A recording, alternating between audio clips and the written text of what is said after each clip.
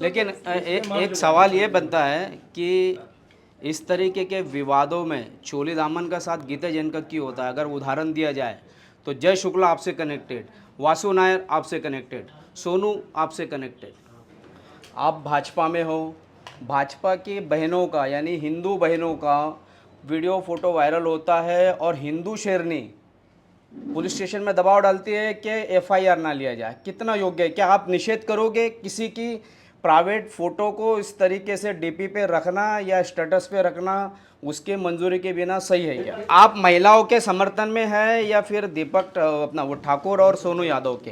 ये नमस्कार दोस्तों, आप देख रहे हैं सिटी न्यूज़ मुंबई। भाजपा के पूर्व नगर सेविकाओं के वीडियो फोटो वायरल करने का मामला तूल पकड़ते जा रहा है, जिसकी सफाई आज विधायक गीता जैन ने ये कहकर दी कि उन्होंने पुलिस स्टेशन में इसलिए फ़ोन किया था कि वो जो दो लोग हैं वो दोषी नहीं है, निर्दोष है, जो दोषी है उन पर कार्रवाई की जाए।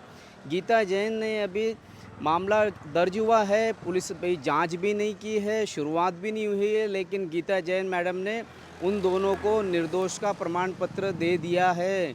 और सिटी न्यूज़ ने जब उनसे सवाल किया कि हिंदू बहनों को इस तरीके से अपमानित करके उनके उनके प्राइवेट फ़ोटो को वायरल किया जाना कितना योग्य है, क्या आप उसका निषेध करती है क्या? तो उन्होंने सम्मान करती हो ये बात कह कर के निषेध से मुंह मोड़ लिया है। आपको बता दें कि हमने इस तरीके के कई अनगिनत सवाल किए, आइए सुनते हैं हमारे सवाल और गीता जैन के जवाब। लेकिन एक सवाल ये बनता है कि इस तरीके के विवादों में चोली दामन का साथ गीता जैन का क्यों होता है? अगर उदाहरण दिया जाए तो जय शुक्ला आपसे कनेक्टेड, वासु नायर आपसे कनेक्टेड, सोनू आपसे कनेक्टेड, सब आपके कनेक्टेड लोगों के इस तरीके के कांड बाहर क्यों आते हैं? उदाहरण दिया जाए तो अपना घर में वो जो क्या अभी बीच में आत्महत्या की वो उनसे कनेक्टेड, एक मरा उनसे कनेक्टेड, 3 एक्सीडेंट हुए वो उनसे कनेक्टेड, फिर क्या बोलोगे सर?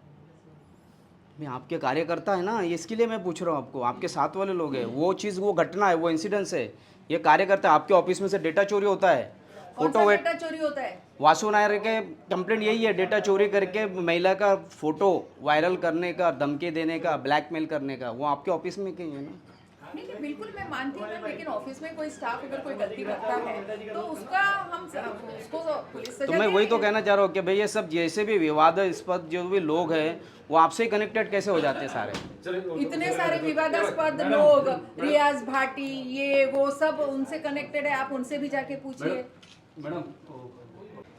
आप भाजपा में हो, भाजपा की बहनों का यानी हिंदू बहनों का वीडियो फोटो वायरल होता है और हिंदू शेरनी पुलिस स्टेशन में दबाव डालती है कि एफआईआर ना लिया जाए। कितना योग्य है? क्या आप निषेध करोगे किसी की प्राइवेट फ़ोटो को इस तरीके से डीपी पे रखना या स्टेटस पे रखना उसके मंजूरी के बिना सही है क्या?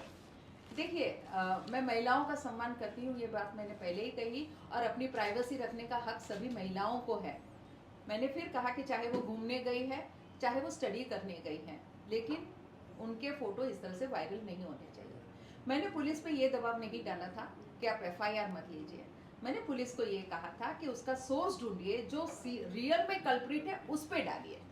आप जिस निर्दोष व्यक्ति पे डाल रहे हैं जस्ट इसलिए क्योंकि वो मेरा कार्यकर्ता है, मेरा विरोध उस बात पे है।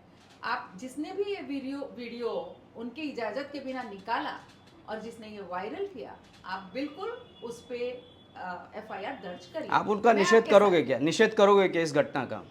देखिए, मैं फिर कहती हूँ, महिलाओं का जहां भी अपमान है मैं वहां साथ में खड़ी हूँ, उन्हीं में से एक महिला को मैंने कहते सुना कि ये कार्यकर्ता गीता जी की गोद में बैठा था। उन्होंने किस तरह से महिला का सम्मान किया। जो महिलाएं इस बात को कहती है कि भाई ये महिलाओं का सम्मान नहीं है, तो फिर उनको भी बोलने में ध्यान रखना चाहिए था। उन्होंने क्या बोला कि वो जाके उनकी गोद में बैठा हुआ है, ये उनको शोभा देता है क्या? आप महिलाओं के समर्थन में है या फिर दीपक अपना वो ठाकुर और सोनू यादव के? ये क्लियर नहीं हो पा रहा, आप किसके समर्थन में हैं? मैंने फिर कहा कि मैं उन महिलाओं का सम्मान करती हूँ, भले ही उन्होंने मेरा अपमान किया हो, मैं उन महिलाओं का सम्मान करती हूँ, लेकिन जो सही में गुनहगार है उस पे एफआईआर जरूर होनी चाहिए, निर्दोषों पे नहीं। तो आपका मानना ये दोनों निर्दोष है? देखिए, मैं फिर कहती हूँ कि कौन सी धारा बनती है, आप मुझे ये बताइए। आप तो यानी रात दिन पुलिस के साथ काम करते हैं, तो आपको भी मालूम होना चाहिए कि कौन सी धारा लगती है। बात नारी सम्मान की करते हुए विधायक गीता जैन ने मरे हुए मुर्दे उखाड़ने की कोशिश की और नरेंद्र मेहता के खिलाफ बोलने की कोशिश की है कि उन्होंने किस तरीके से नारी का सम्मान किया है। इसी तरीके की खबरों के लिए मेरे यानी शकील शेख एकता पोद्दार के साथ बने रहे, देखते रहे सिटी न्यूज़ मुंबई।